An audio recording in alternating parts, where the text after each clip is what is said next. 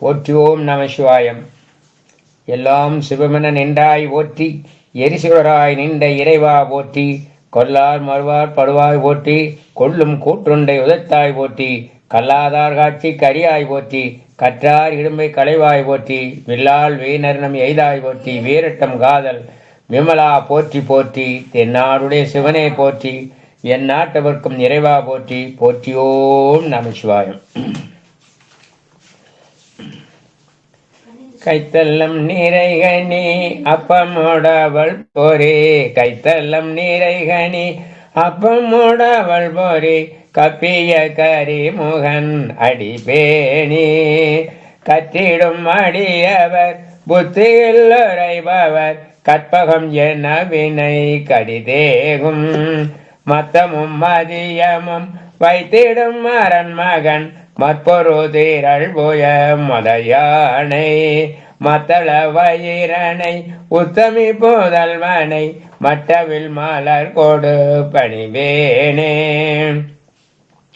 முத்தமிழ் அடைவினை முற்படுகிறதனில் முற்பட எழுதிய முதல்வோனே, முப்புறமேறி செய்த அசிவனுரை ரதம் அச்சது கோடி செய்த அதிதீரா, அத்துயரது கோடு சுப்பிரமணி படும் அப்புண மதனிடை இவமாயே, அக்குற மகள்வுடன் அசிறு முருகனை அக்கண மணமருள் பெருமாளே. சித்தி விநாயகமூர்த்திக்கு ஜெய். முருகாசரணம். வெற்றிவேல் முருகனுக்கு கரோகரா. ஞானமே வடிவாகிய வடிவேல் வள்ளல் பெருமானுடைய வற்றாத தனிப்பெரும் கருணையினாலே இன்றைய தினம் அருள்மிகு குருவருள் ஆன்மீக மையத்தார்கள் எனக்காக ஏற்படுத்தி கொடுத்திருக்கிற இந்த தலைப்பினை அவரிடையே ஒளிபரப்ப நான் மேற்கொள்கின்றேன். தலைப்பு கண்ணன் கனியமுதம். அனைவருக்கும் இந்த குருவருள் ஆன்மீக மையத்தை நடத்தி வருகின்ற அன்பு சகோதரர் அனைவருக்கும், அதை முன்னின்று உடனிருந்து நடத்தும் பணியாளருக்கும் என எனக்கு நிறைய பேர் தெரியாது. அதனால வந்திருக்கின்ற வர இருக்கின்ற மேலும் ஆங்காங்கே அமர்ந்து கேட்டு வர அனைவருக்கும் எனது முதற்க நன்றி கலந்த வணக்கத்தை உரித்தாகுகின்றேன். போற்றியோம் நம சிவாம். சிவா. திருச்சிற்றம்பலம். முருகாசரணம். ஓம் நமோ நாராயணாய நம. வெற்றிவேல் முருகனுக்கு கரோகரா. எம்பெருமானுக்கு அன்பனும் நார் கொண்டு தொடுத்து ஞானம் என்னும் வாசனை வீச புத்தி என்னும் வண்டுகள் மொய்க்க எம்பெருமானுக்கு அந்த மாலை சாட்ட வேண்டும். அந்த மாலை என்றைக்கும் வாழாத மாலையாக இருக்க வேண்டும். ஆசைகூர் பத்மனேன் மனோபத்ம மான பூ வைத்து நடுவே அன்பான நூலிட்டு நாவிலே சித்திரமாகவே கட்டி ஒரு ஞான வாசம் வீசிப்பிர மாசிலோர் புத்தி அடிபாட மாத்திருக்கா புஷ்ப மாலை கோல் அப்புற வாழப்பாதத்தில் அணிவேனோன்னார். அந்த மலர் மாலை தமிழ் மாலை. அந்த மாலை என்றைக்கும் ஆடாத மாலையாக இருக்க வேண்டும். சிறந்த தமிழ் மாலையாக இருக்க வேண்டும். செஞ்சற் புனை மாலையாக இருக்க வேண்டும். அந்த மாலையை எம்பெருமான் ஞானாசிரியனுக்கு சாட்டிவிட்டு நான் இப்பொழுது உங்களிடையே உரை மேற்கொள்கின்றேன். சிவா. திருச்சிற்றம்பலம். முருகாசரணம். வெற்றிவேல் முருகனுக்கு கரோகரா. ஓம் நமோ நாராயணாய நமக. ஓம் நமோ பகவதே வாசுதேவாய நமக. இன்றைய தினம் ஆரம்பிக்கிற கிருஷ்ணா அவதாரம். தீயவைகளை அழைத்து தர்மத்தை நிலைநாட்டும் பொறுத்தும் ஆண்டவன் யுகந்தோறும் அவதாரம் செய்கின்றார். மக்கள் அவர் தத்தம் வழிபாட்டுக்கிணங்க பல்வேறு சமய மூர்த்திகளாக அமர்ந்து அவரவருக்கு தக்க வழிபாட்டுக்கு தகுந்தவாறு அவன் எந்த ரூபத்தில் எப்படி அழைக்கிறோமோ அந்த ரூபத்தில் அவன் நமக்கு காட்சி தருகிறார். இதுல தீய சக்தியை அழைத்து தர்மத்திலே நிலைநாட்ட அவருடன் இருந்து, அதாவது தர்மத்தை நிலைநாட்டும் போட்டு தீய சக்தியிலெல்லாம் அழித்து அவர்களுக்கு அருள்பாலிப்பதுதான் ஆண்டவனுடைய கடமை. அப்போ கிருஷ்ண அவதாரம் அவர் எடுத்துக்கொண்ட அவதாரத்தில் 10 அவதாரங்கள். ஸ்ரீமன் நாராயணன் எடுத்த அவதாரம் சொன்னால் 10 அவதாரங்கள், அதாவது தச அவதாரம் சொல்லுவாங்க. 10 தசம் 10 அவதாரங்கள். அதில் பூர்ண அவதாரம் சொல்வது கிருஷ்ணாவதாரம். ஞானிகளாலும் மகான்களாலும் மகரிஷிகளாலும் போற்றப்படுகின்ற அப்பேற்பட்ட அவதாரம் கிருஷ்ணாவதாரம். அதுவும் பூர்ண அவதாரம். இந்த அவதாரங்களில் மீனாக வந்த மச்ச அவதாரம், ஆமையாக வந்த கூர்ம அவதாரம், பன்றியாக வந்த வராக அவதாரம், சிம்மமாக வந்த நரசிம்ம அவதாரம், அடுத்து வாமன அவதாரம், இவைகளெல்லாம் இந்த 5ம் சன அவதாரம். திடீரென தோன்றி ஒரு தவறு நடக்கிறது என்றால் அதன் உடனிருந்து அதை கவனித்து அதை சரிபடுத்தி பிறகு தன் அவதாரத்தை முடித்துக் கொள்றார். இந்த அவதாரங்கள் திடீரென தோன்றிய சன அவதாரங்கள். இந்த அவதாரங்களுடைய தத்துவ விளக்கங்களை எல்லாம் உடன் இருந்து ஆண்டவனை சரி செய்து விட்டு உடனே அந்த அவதாரத்தை நிறைவு செய்து கொள்கிறார். அதனால அப்போ பலராம அவதாரம், பரசுராம அவதாரம், ராம அவதாரம், கிருஷ்ண அவதாரம், இந்த அவதாரங்கள் எல்லாம் எப்படி? அதாவது மக்கள் வாழ்க்கை ஓய்வு பெறும் பொருட்டு மக்களுக்காக பலகாலம் நம்ம பூமியில அவர்களும் வாழ்ந்து இறைசக்தியை மறைத்து மானி ரூபம் வாழ்ந்து காட்டிய அவதாரங்கள். ஆச்சாரியனாக குருவாக அவர்கள் வாழ்ந்தும் வாழ்க்கை என்றால் என்னவென்று நமக்கு எடுத்து கூறியும் ஆச்சாரியனாக, அதாவது குரு ஸ்நானத்தில் இருந்து எப்படி வாழ வேண்டும் என்று வாழ்க்கை நீதிகளை நெறிமுறைகளை எடுத்துரைத்த அவதாரம் கிருஷ்ண அவதாரம். அனைத்திலும் சொல்லப்பட்ட அவதாரம். பரித்ராணாய சாதுனாம் விநாசாய சதஸ்கிருதாம் மாதம் சம்பவாமி யுகே யுகே கீத சொல்லத்தில் சொல்லப்படுகிறது. பகவான் எடுத்த இந்த அவதாரம் அவன் மனிதனாக இந்த உலகத்துக்கு வருகிறான் இறைவன் சொன்ன அவனுக்கு 3 மகத்தான பரிமாணங்கள் உண்டு. அதுல 3 மகத்தான பரிமாணங்கள் உண்டு. ரூபம், குணம், நாமம்.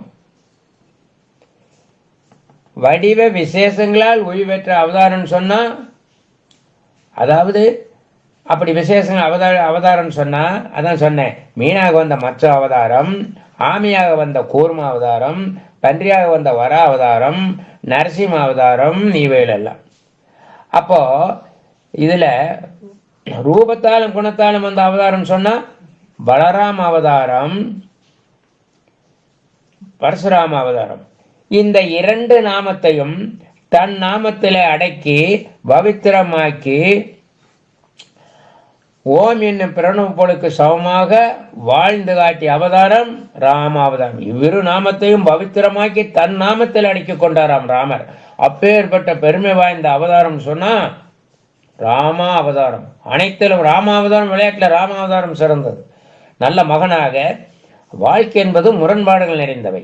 அத்தகைய முரண்பாடுகளுக்கிடையே ஒரு மனிதன் எப்படி வாழ வேண்டும் என்கின்ற தத்துவத்தை நிலைநாட்ட தோன்றிய அவதாரம் ராம அவதாரம். கோவிலில மனிதனாக தோன்றி தீய சக்திகளை அளிப்பவர் உடனிருந்து அதையும் பார்த்து அப்பாவை சேர்ந்து நல்ல சகோதரனாக, தந்தை சொல் தட்டாத தனையனாக, அதாவது வாக்கை நிறைவேற்றினார். தசரத சக்கரவர்த்திக்கு அவருடைய தன்னுடைய வாழ்க்கையை தியாகம் செய்து விட்டார், கொடுத்த வாக்கை நிறைவேற்றுவதற்காக. ஆனா இவருடைய மகனும் அதே போல அவரும் ஸ்ரீமன் ராமரும் அந்த வாக்கை நிறைவேற்றுகிறார். அப்போ அடுத்த ராம அவதாரத்திலே நல்ல மகனாக, நல்ல சகோதரனாக, நல்ல கணவனாக, நல்ல தலைவனாக, தெய்வீக மணியனாக வாழ்ந்து காட்டிய அவதாரம். தர்மத்தை கடைப்பிடிப்பவர்கள் எப்படி வாழ வேண்டும் என்பதற்கு உதாரணமாக வாழ்ந்து காட்டிய அவதாரம் தான் ராம அவதாரம். பெருமை வாய்ந்த அவதாரம். ஏகபத்திரி இல்லற ஒழுக்க இணையற்ற சக்தி ராமன். ரமாவதாரம். நமது பாரத இதிகாசங்களிலே சக்தி வாய்ந்ததில் இந்த பாரத இதிகாசம் சொல்லப்படுதுல சமாதான சமுதாய வாழ்வியல் தத்துவார்த்தங்கள் நிறைந்தது. உலக சகோதரத்துவ சமுதாய வாழ்வியல் சகோதர தத்துவத்தை நிலைநாட்டக்கூடிய அவதாரம் ராமாவதாரம். அது மகா காவியம் என்று சொல்லப்படுகிறது, காப்பியம். அடுத்து அதே போல உலக சமாதான சமுதாய வாழ்வியல் தத்துவார்த்தம் நிறைந்தது என்று சொன்ன மகா காப்பியம் மகாபாரதம். இதிகாச புராணங்கள் வாழ்க்கைக்கு வழிகாட்டியாக சகோதரத்துவ தத்துவத்தை ஏற்படுத்திய உலக சமாதான சமுதாய வாழ்வியல் தத்துவத்தை நிறைந்த சகோதரத்தன்மையை ஏற்படுத்தி கொடுத்தது. அவ்வளவு அற்புதமான அவதாரம் என்று சொல்லலாம். பெருமை வாய்ந்த அவதாரம். குருச்சேத்திரத்துல அனைத்துக்கும் முடிவு கிடைக்கிறது. அங்கே ஸ்ரீமன் நாராயணன் எடுத்தாவது கிருஷ்ணாவதாரம். கிருஷ்ணாவதாரம் கிருஷ்ணர் இல்லை என்றால் மகாபாரதமே இல்லை.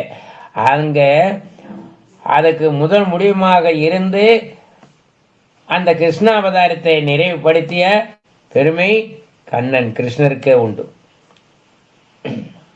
அதுல கிருஷ்ண அவதாரத்துல அவர் சொல்வார்னா, அனைத்து குருச்சேத்திர அனைத்துக்கும் முடிவெட்ட பொழுது அதற்கு முதன்மையாக இருந்து புது வேதம், புது யுகம், புது மனிதர்கள் அனைத்துக்கும் வித்திட்டவர், அனைத்துக்கும் வித்திட்ட உலக சமாதான சமுதாய தேரோட்டி ஆகிய வாழ்வில் தத்துவத்தின் தலைவனாகிய கண்ணன் தான் அதுக்கு ஆதாரம். கண்ணன் அப்போ கிருஷ்ண அவதாரத்துல, அப்போ ராம அவதாரத்துல ரூபம் குணம் அந்த இரு நாமத்தையும் தன்னுள் அடக்கி கொண்டு வாழ்ந்த அவதாரம் ராம அவதாரம்னு சொன்னேன்.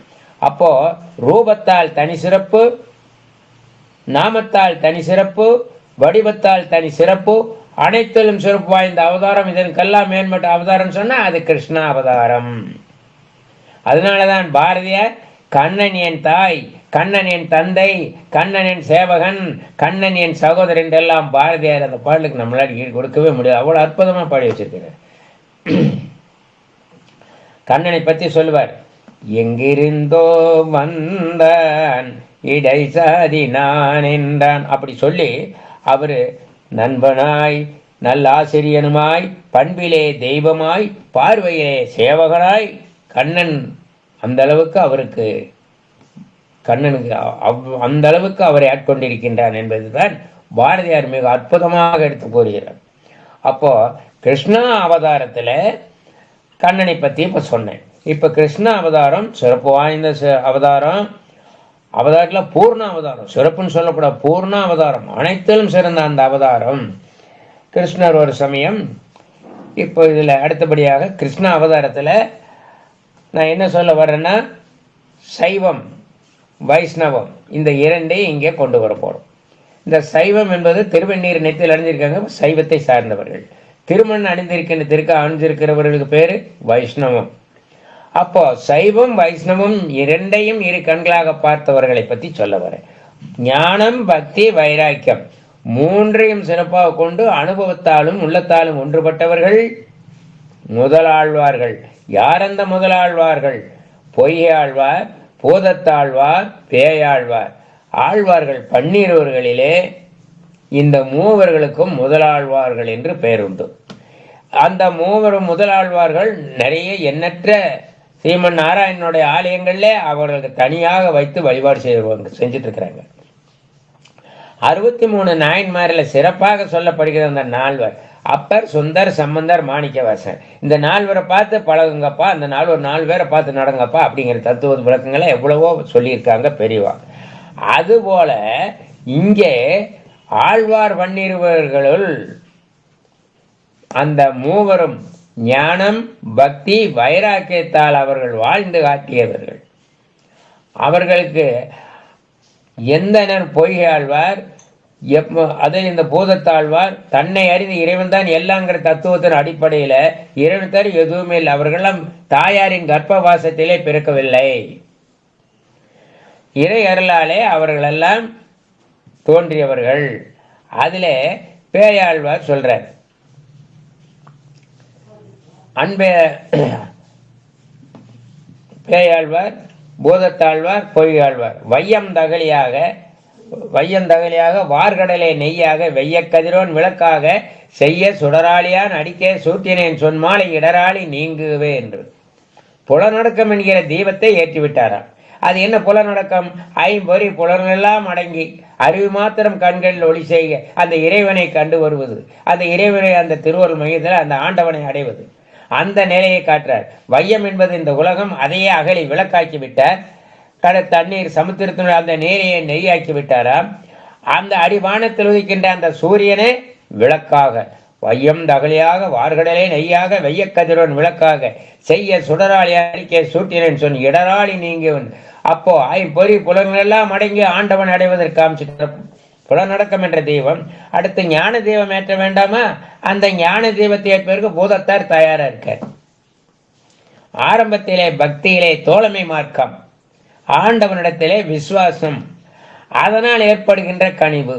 அப்ப அந்த விசுவாசத்தை அதை எப்படி சொல்றாருன்னா, அன்பே தகலியாக ஆர்வமே நெய்யாக இன்புருக சிந்தை இடுதேயாக நண்புரி ஞானத்தோடு கேட்டினேன் நாரணருக்கு ஞானத்தமிழ் விரிந்த நான் சொல்றார்.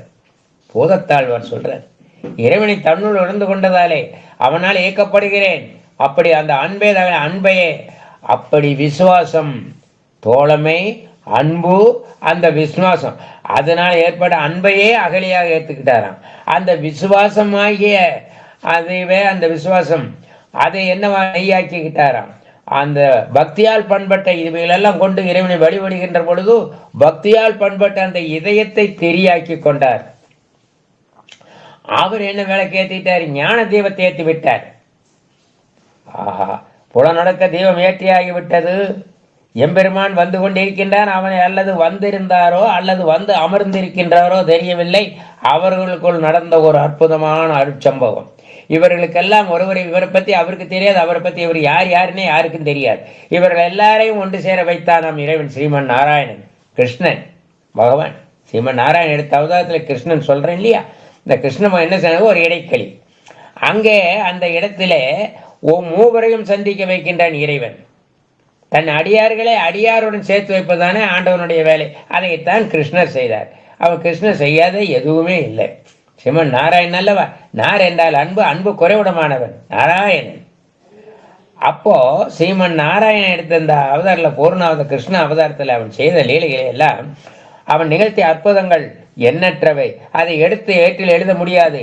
அவன் அறிவாற்றலால் நிகழ்த்திய அற்புதங்கள் கணக்கில் அடங்காது. புரியாதவனுக்கு புதிர், புரிந்தவனுக்கு வேதாந்தம், ஞானிகளுக்கு அது சிந்தாந்தம். கண்ணன் கிருஷ்ண அவதாரத்தில் அவன் நிகழ்த்திய அற்புதங்கள் எல்லாம் நம்மால் எடுத்து சொன்னால் அவ்வளவு எளிதில் முடியாது. பாருங்க, புலநடக்கமாகிய தெய்வத்தை ஏற்றியாச்சு. அடுத்தது ஞான தெய்வத்தை ஏற்றி வைத்து விட்டார். அப்ப அந்த இறைவன் அங்கே வந்திருக்க வேண்டும் அல்லவா? பாருங்கள், அங்கே அந்த மூவர், அந்த இடைக்களி, ஒருவர் படுக்கலாம், இருவர் அமரலாம், ஒருவர் நிற்கலாம். இவ்வளவுதான் அந்த பகுதி. மிக குறுகிய சந்து. அந்த பகுதிக்குள்ளே மூவர் நிற்கிறாங்க. அடுத்ததாக ஒருவர் வந்து இடித்து கொண்டு நிற்கிறாராம். என்ன ஸ்ரீமன் நாராயணனோட விளையாடல் பார்த்தீங்களா? தீராத விளையாட்டு பிள்ளை கண்ணன். சும்மாவ சொன்னான் தீராத விளையாட்டு பிள்ளைன்னு கண்ணன். அவன் நிகழ்த்தி அற்புதங்கள் எல்லாம் எடுத்து சொல்ல முடியாது, ஏதோ நமக்கு தெரிஞ்சது சொல்றேன். அப்போ அந்த இடைக்களியிலே மூவரும் நிற்க, இடையில் ஒருவர் வந்து மோதிக்கொண்டே நிற்கின்றாராம். அது யார் என்றே புரியவில்லையா? அங்கதான் இருக்கிறது. அந்த ஞான தீபத்தை ஏற்றியதும் அடுத்தபடியாக மலையில் இறைவன் வந்திருக்கின்றான். அது இறைவன் தான் என்று அந்த ஞான தீபத்தாலே அந்த தீபத்தாலேயே வந்திருக்கிறவன் இறைவன் தான், ஞானாசிரியன் தான், கிருஷ்ண பகவான் கிருஷ்ணன் தான். சாட்சாத் கிருஷ்ணனே வந்து விட்டான், கண்ணனே வந்து விட்டான் என்று சொல்லி அந்த இடத்திலே தீபம் மற்றும் அந்த ஞான தீபத்துக்கும் அடுத்த தெய்வமாக தெய்வ தரிசனத்துக்கு தீபத்தை ஏற்கின்றார். அவரையே நான் கண்டுகொண்டேன், அந்த ஞான தீபத்தின் ஒளியிலே எம்பெருமானை தரிசித்து விட்டேன் என்று சொல்லி அவர் பாடுகிறார். மூவரும் ஒருவர் அறியாதவர்கள், மூவரும் அனுபவத்தால் ஒன்றுபட்டவர்கள், ஞானம் பக்தி வைராக்கியத்தாலே ஒன்றுபட்டவர்கள் சொன்னேன். அப்ப அவர்களுக்கு எப்படி இருக்கும்? ஆண்டவன் வந்திருந்து உணர்ந்து கொண்டார்கள், அதை புரிந்து கொண்டார்கள். அவனுக்காக அந்த ஞான தீபத்தின் புலநடக்கம், ஞான தீபம், ஆத்ம தீபம், அதிலே அந்த ஆன்மாவிலே அந்த ஒளியேற்றப்படுகின்ற அந்த தீபத்தாலே ஐம்புலனும் அடக்கி ஒன்றுபடுத்தி கண்களில் அறிவு மாத்திரம் ஒளி செய்ய அந்த நிலையிலே பாடுகிறார். யார் பாடுகிறார்? அடுத்தது யார் பாடுகிறார்? பேயாழ்வார் பாடுகிறார். திருக்கண்டேன் பொன்மேனி கண்டேன், திருக்கண் அணினும் கண்டேன், செருக்கிளரும் பொன்னாளி கண்டேன், பொறி சங்கம் கை கண்டேன், என்ன ஆளி வண்ணன் பாலின்று. கண்ணனை தரிசிச்சார். கண்ணா, மாதவா, கிருஷ்ணா, கோவிந்தா என்று அவர்களெல்லாம் அந்த கண்ணனை ஆஹா அழுது தொழுது இரவு முழுவதும் ஆஹா காணாத காட்சி அல்லவா? ஆண்டவனே வந்து கொடுக்கிறாரு, வழிய வந்து கொடுக்கிற காட்சி கொடுத்த ஆண்டவனை அவர்களை ஆட்கொண்டு விடுகிறான். அதனாலதான் அடுத்தாப்புல இன்னும் சொல்ல போற, நின்றான், இருந்தான், கிடந்தான், ஆட்கொண்டான். அவன் நினைச்சான், அவனை ஆண்டவனே வந்து நம்மை ஆட்கொண்டு விடுகிறான். அப்படி ஆண்டவனே வந்து ஆட்கொண்ட அந்த அருட்சம்பவத்திலே இந்த முதல் ஆழ்வார்கள் மூவர்களும் ஞானம் பக்தி வைராக்கியம் கொண்டு பலகாலம் வாழ்ந்திருந்தார்களாம். அப்போ அந்த தெய்வம் ஏற்றி இறைவனையே கண்டுகொண்டேன் என்று சொல்லி அவர் சொல்லி பார்க்கும் பொழுது எவ்வளவு அற்புதமான தெய்வம் ஏற்றி விட்டார்கள். அப்போ இப்பொழுது கண்ணனுக்கு கிருஷ்ணரை கண்ணன் என்று போட்டு சொல்கிறோம். ஏன் கண்ணன் என்று சொல்கிறார்கள், எதற்காக கண்ணன் என்று வருகின்றது என்றதை நம்ம பார்க்கிறோம். அப்போ முதல் ஆழ்வார்கள் இந்த மூவருக்கும் ஆலயங்களிலே இவர்கள் பேர்லேயே ஆலயங்களில் முக்கியமாக இவர்களுக்கு பூசைகள் பரிவாரங்கள் நல்லா நடைபெற்று வருகிறது. ஏன்னா ஆழ்வார்கள் 12 முதல் ஆழ்வார்கள் என்று சொல்லப்படுபவர்கள் இந்த மூவர். அவர்களுக்கும் நாம் வணக்கம். அடுத்தபடியாக ஸ்ரீமன் நாராயணன். பிரம்மா படைப்பவன், பிரம்மா படைப்பு தொழில், ஸ்ரீ விஷ்ணு மகாவிஷ்ணு காக்கும் தொழில், சிவம் அழிக்கும் தொழில். இது சித்தாந்தம், நம்ம இந்துவனுடைய சித்தாந்தம். பிரம்மா படைப்பவன், மகாவிஷ்ணு அழிப்பவர், சிவன் காப்பவர். இது என்ன? இதுவும் ஒரு சித்தாந்தம். எப்படி இருந்தாலும் முத்தொழில் தானே இறைவனுடைய தொழில். ஆக்கல், காத்தல், அழித்தல். படைப்பு தொழில் இறைவனுக்கு தான். இந்த மூணும் சேர்ந்துதான். எப்படியோ அவர்கள் ஒருவர் சார்ந்து, இவர் அவரை சார்ந்து, அவர் இவரை சார்ந்தோ, அல்லது மூவரும் சேர்ந்தோ தானே ஒவ்வொரு நம்முடைய இயற்கை வழிபாடுகளை செய்து வருகிறார்கள். அதைத்தான் முத்தொழிலும் இறைவனது படைப்பு தானே, எல்லாம் அவன் தானே. எந்த ரூபத்தில் எப்படி எடுத்துக்கொண்டாலும் எல்லாம் இறைவனுடைய கருணையினால தானே. அது எப்படி என்று பார்ப்போம். அப்போ ஒரு சித்தாந்தத்திலே இப்படி, ஒரு சித்தாந்தல் அப்படி. யாவரும் தனியாக செய்யறதில்லை, ஒருவரொருவர் சார்ந்து செய்கிறார்கள். மூவரும் சார்ந்து ஒரு காரியத்தை செய்கிறார்கள். சிவம் விஷ்ணுவை சார்ந்து செய்தார், விஷ்ணு சிவனை சார்ந்து ஒரு காரியத்தை முடிக்கிறார். அப்ப இருவரும் சேர்ந்து செய்தார்கள். அடுத்து மூவரும் சேர்ந்து இன்னும் ஒரு அற்புதமான காரியத்தை உண்டாக்கி வைக்கிறார்கள். அது வர இருக்கின்ற அந்த கார்த்திகை தீபம் பிறகு பார்ப்போம். அப்போ சிவபெருமான் விஷ்ணுவை சார்ந்த அந்த சம்பவத்தை இப்பொழுது உங்களிடையே எடுத்து வருகிறேன். என்று போல வழக்கம் போல சிவம் இருக்கிறார். சிவபெருமான் கிட்ட சிவம் எப்படி இருப்பார்? மோனிலே அமர்ந்திட்டே மும்மலத்தின் கட்டவிழித்து முத்திக்கு முத்தாகும் மூலகுரு மூத்தியதாய் தேனமர்ந்த பொருளாகி தென்முகமாய் தானமர்ந்து ஆனந்த நிலையாக ஆளிங்கியில் அமர்ந்தங்க அறமதனை நால்வர்க்கும் அறிவிக்கும் அயனாய் தானவனாய் ஆக்கிடுமோர் தற்பரமே தானாகும் தட்சிணாமூர்த்தியின் தாழ்வணிந்து போற்றிடுவோம். சிவபெருமான் எப்படி இருப்பார்? மோன நிலையிலே இருப்பார். ஞானிகள் காணத்தகுந்த அந்த நிலையிலே, மோன நிலையிலே ஆண்டவர் எப்படி இருப்பார்? அந்த தட்சிணம் தாழ்வணிந்து போற்றுவோம். எப்படி இருக்கிறார்? கல்லாளின் உடையமர்ந்து நான்மறை 6 அங்க முதல் கற்ற கேள்வி வல்லார்கள் நால்வருக்கு வாக்கிருந்த ஓரணமாய் மறைக்காவை எல்லாமாய் அல்லதுமாய் இருந்ததனை இருந்தவரை சொல்லாமல் நினையாமல் நினைந்த பவத்தொடக்கை வெல்வான். அப்படி அடியார்களுக்கு அல்வாளிக்க அவன் எப்பொழுதும் ஞான நிலையே திசையிலேயே இருப்பானாம். சிவன் கிட்ட பேச முடியாது, சிவன் பார்க்க முடியாது. அவன் காட்டுகின்ற அந்த ஒளியிலேயே அவனுக்கு உணர்ந்து கொள்ள முடியுமே தவிர, சின்முத்திரை அதில் உணர்ந்து கொண்டு தான் புரிந்து கொள்ள முடியுமே தவிர அதை எடுத்து சொல்ல முடியாது. அப்போ அந்த அளவுக்கு சிவனன் இருக்கிற நேரத்தில் சிவனாரிடத்துல வரம் பெற வருகிறான் பஸ்மசுரன் என்கின்ற அசுரன். அந்த அசுரன் பல காலம் தவம் இருந்து சிவபெருமானிடத்திலே வரம், எப்படிப்பட்ட வரம் பாருங்க. அற்பனுக்கு வாழ் வந்து அத்தராயத்தில் கூட பிடிப்பான்னு சொல்லுவாங்க. அவன் என்ன செய்வான்? அசுரர்கள் பொதுவாகவே ஆண்டவங்கிட்ட வரம் கேட்கிற எதுக்காக? யான் தன் தலையில மண்ணவாரி போட்டுன்னு சொல்லுவான். அதுபோல தன்னைத்தானே அழித்துக் கொள்வதற்காக. ஆனா இதெல்லாம் தத்துவங்கள். எதை கொண்டு எதை செய்கிறோமோ அதை கொண்டு அதாலே உனக்கு முடிவே என்பது ஆண்டவன் சொல்லாமல் சொல்கிறேன். அதுதான் இதெல்லாம். சூரபத்மனுக்கு எண்ணற்ற வரங்கள் கொடுத்தான். அவன் முருகப்பெருமை உன் தந்தையாரால தான் இந்த வரம் கிடைத்தோம், நாங்களெல்லாம் இன்று நலமா இருக்க அப்படின்னு சொல்லியிருந்தா இன்னும் பலகாலம் வாழ்ந்திருப்பான். ஆனா அவன் என்ன பண்ணான்? ஆண்டவனே அழிக்க முற்பட்டான். பாத்தீங்களா? அவனுக்கு கிடைத்தவர்னால நான் என்கிற நான் எனது என்ற அகங்காரம் மமகாரங்களாலே அவர்கள் அழிவு. காமம் குரோதம் லோகம் அப்படி தீய குணங்களாலே அவர்கள் அசுரர்கள் எல்லாம் எண்ணற்ற வரங்களை பெறுவார்கள். கடைசியில் ஆண்டவனே அழிக்க முற்படுவான். நான் தான் கடவுள், அந்த எண்ணம் வந்து விடுமா. அந்த நிலை வரும்போது அவர்கள் அழிந்து விடுகிறார்கள் என்கிறத காட்டுறார். அப்போ இந்த பஸ்மாசுரன் என்ன பண்றான்? ஆண்டவங்கிட்ட நல்ல வரத்தை வாங்கிட்டான். யார் தலையில கை வைக்கிறோம் அவன் எரிஞ்சு போகட்டுன்னு சொல்லி. ஆஹா, அற்புதம். உடனே என்ன பண்ணா? அதைய சிவபெருமான சாமி மேலேயே கை வச்சு யார் எடுத்து போன்னு சோதிக்க பார்க்குறான். நம்ம எவ்வளவு அறிவாளி பாருங்க, எவ்வளவு பார்த்தீங்களா? இப்போதான் சொன்ன கொஞ்சம் முன்னதாக. அப்படி இது மாதிரி வரம் கேட்கறவங்கள ஏதேனும் ஒன்றை விட்டுட்டு போயிடுவானுங்க. கடைசியில் அவங்க அழிவை அவர்களே தேடிக்கொள்கிறார்கள். எதை கொண்டு எதை செய்கிறார்களோ அதை கொண்டு அதாலேயே அவனுக்கு முடியும். அப்போ இவன் சிவபெருமானிடத்திலே பெற்ற வரத்தை சிவனை கொண்டே சோதிக்க ஆரம்பிக்கிறான். சிவனும் ஓடிக்கொண்டே இருக்கிறார். எதிரில் மகாவிஷ்ணு வருகிறார். அவர் உணர்ந்ததை அறிந்து கொள்கிறார். ஆகா, இவன் நடந்த இந்த சம்பவம் ஆண்டவனுக்கு தெரியாதா? அவர்கள் நடத்துகின்ற நாடகம் தானே. அவர் இவருக்கு உணர்ந்தவர், இவர் அவரை உணர்ந்தவர். அவர் இவருக்கு பக்தர், அவர் இவருக்கு பக்தர். சைவம் வைஷ்ணவம் ஒன்று என்று வாழ்ந்து காட்டிய அவங்க இந்த முதலாழ்வார்கள் மிக அற்புதமாக அதை நிறைவேற்றி காட்டியிருக்கிறார்கள். சங்கர நாராயணன், சங்கரன் சிவனும் நாராயணன் ஒண்ணுதான் என்கின்றதற்கு அவர்கள் இருவரையும் ஒன்று சேர்த்தான் சங்கர நாராயணன். அதை அடுத்த முறை பார்க்கும்போது சற்று விளக்கமாக பேசுகிறேன். அப்போ அந்த முதலாழ்வார்கள் சொல்லியிருக்காங்க, அவங்க எப்பொழுதுமே பிரித்து கூறவில்லை.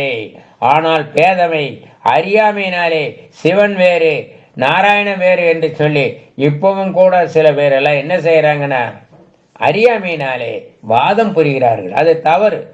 இவர் அவருக்கு பக்தர், அவர் இவருக்கு பக்தர். சிறப்பாக சொல்ல போனால் அதை இன்னும் சற்று விரிவா சொல்றேன். அப்போ பஸ்மாசுரன் இவரை அழிக்க ஓடுகிறான். ஸ்ரீமன் நாராயணன் அப்பொழுது விவரம் தெரிந்து கொண்டு மோகினி வடிவம் ஆகி விடுகிறார். மோகினி வடிவம் எடுத்துக்கொண்டு அவன் பெண்ணை பார்த்து என்ன செய்வான்? பெண்ணை பார்த்தாலே சல்லாவும் வந்துடுது. வீணை மண் மீது ஆடுகிறான், ஆனந்த நடனம் புரிகிறான். அவன் ஆஹா, நான் என்னை பார்க்க எனக்கு காண என்னுடைய இதை பார்த்து அழகை பார்த்து என்னை பார்த்து மயங்கிட்டு அந்த பெண் என்னை கண்டு இவன் நல்லா ஆடுறான், நான் தானும் சேர்ந்தான்னா அழிவு அவனை ஆட்ட வைக்குது. ஆடான்னு ஆடுறான். அவன் ஆடி என்னாச்சு? ஆட்டம் பாட்டம் கொண்டாட்டம் சித்த நேரத்தில் அழிவாக போகுதுன்னு அவனுக்கு தெரியுதா? இல்லை. அவன் ஆடுறான், மோகினி கிட்ட ஆடுறான். மோகினி அம்பாள் எப்படி ஆடுவான்? மோகினி வேச ஸ்ரீமன் நாராயணனுக்கு சொல்ல வேணுமா? அவனை ஆட்டி பம்பரம் சாட்டையெல்லாம் பம்பரம் போல ஆடுது. என்ன அந்த அளவுக்கு அவன் ஆட்டி வச்சான் நாராயணன். அவன் ஆட்டி வச்சது அவன் என்னன்னா அற்புதமா நடனம் பாடுறான். அவ்வளவு அற்புதமா அவன் தாளம் போட்டு சதி தாளம் போட்டு பாவனையில அழகா ஆடுறான். ஆடி முடிஞ்ச அந்த நேரத்துல ஸ்ரீமன் நாராயணன் என்ன செஞ்சாரு? பாவனைகள் செய்து தன் தலையிலே கை வச்சுட்டார். அந்த பஸ்மாசுரன் என்ன பண்ண, ஆஹா இந்த பெண் நம்மளுமே இவ்வளவு அற்புதமா ஆடுறாளேன்னு சொல்லி அதுல மயங்கியவன் அவன் தலையிலேயே கையை வச்சுட்டான்.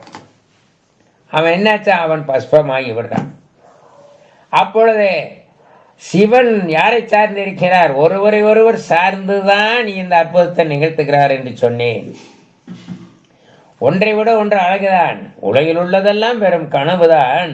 நாளை விட இன்று புதிதுதான். அதை உணர்ந்து கொண்டால் வாழ்க்கை என்றும் இனிதுதான். ஆக ஆசை என்றும் அழிவுதான். தேவையில்லாத ஆசை அழிவுக்கு வழிவகுக்கும். அன்பு செய்ய வாழ்க்கையில் என்றும் இன்பந்தான். இங்கே வயது என்பது அறிவின் வளர்ச்சி, வாழ்க்கை என்பது கொஞ்ச காலம்தான். வயது என்பது அறிவின் முதிர்ச்சி. இந்த நிலையிலே நாம் வாழ்ந்து கொண்டால் இறைவனுடைய திருவருளை அடைய முடியும் என்பதற்காக தான் இந்த தத்துவ விளக்கங்கள்லாம் நமக்கு வர்றது. அப்போ கிருஷ்ணன் கைவத்தினால என்ன ஆயிடுச்சு? அந்த பஸ்மசுரன் அழிந்து போகிறான். சிவபெருமான் அவருக்கு நன்றி சொல்லுகிறார். அப்போ சிவன் விஷ்ணுவை சார்ந்து இந்த தொழில் நடத்துகிறார். எத்தொழிலும் அந்த முத்தொழில் செய்தாலும் அவர்கள் ஒன்னா மூவர் சேர்ந்து செய்யறாங்க, இல்லைன்னா தனியா செய்யல, ஒருவரை ஒருவர் சார்ந்துதான். சிவன் இப்பொழுது கிருஷ்ணரை சார்ந்து இந்த தொழில் செய்ய போனார். அடுத்து மகாவிஷ்ணு இவரை சார்ந்து ஒரு தொழிலை செய்கிறார். அவருக்கு இந்த இடத்துல ஒரு சோதனை வந்து விடுகிறது. இவர் அசுரரால அந்த அசுரனை அழிப்பதற்காக கொடுத்த வரத்தை தான் அழிக்கக்கூடாது என்பதற்காக நாராயணன் மூலமாக அதை செய்தார் என்றால் இப்பொழுது விஷ்ணுவுக்கும் அதே நிலை வந்து விட்டது. அவர் இவரை சார்ந்து வருகிறார் என்று பார்ப்போம் எப்படி என்று. அதாவது தேவலோகத்திலும் விண்ணுலகத்திலும் நம்ம மண்ணுலகத்திலும் அசுரர்களுடைய இது தாங்க முடியல. அப்படி அந்த மாதிரி அசுரர்கள் எல்லாம் செஞ்சு ரொம்ப அழிவு செய்து வந்துட்டு இருக்கிற நேரத்தில் மகாவிஷ்ணு தான் அதை அடக்க வேண்டும், நல்வாழ்வு மக்களுக்கு வாழ வைக்க வேண்டும் என்பதற்காக இவர் என்ன செய்யறாரு? மகாவிஷ்ணு சிவபெருமான்கிட்ட கழுந்தவம் ஏற்றுகிறார். ஏன்னா சிவன் எப்பொழுதும் பேசும்போது மௌன நிலையில் இருப்பார். கண்ணன் நிகழ்த்திய அற்புதங்கள், தன் அறிவாற்றலால் நிகழ்த்திய அற்புதங்கள் அதெல்லாம் எடுத்து சொல்ல முடியாது, கணக்கில் அடங்காது. அவன் நிகழ்த்திய அற்புதங்கள், வீர சாகசங்கள் இவையிலெல்லாம் எடுத்து பேச முடியாது. அவன் குழந்தைகளுக்கு பாலகனாக, அங்கே கோபியர்களுக்கு உற்ற நண்பனாக, குழந்தை மழலை செல்வங்களாக, அன்னையர்களுக்கு தாய்மார்களுக்கெல்லாம் அவ்வளோ அற்புதமாக அண்ணன் நிறைய பின்னாடி சொல்றேன். அப்படி விளங்கியவன் கண்ணன். கோகுலத்திலே அனைவருக்கும் செல்ல குழந்தையாக விளங்குகிறார்.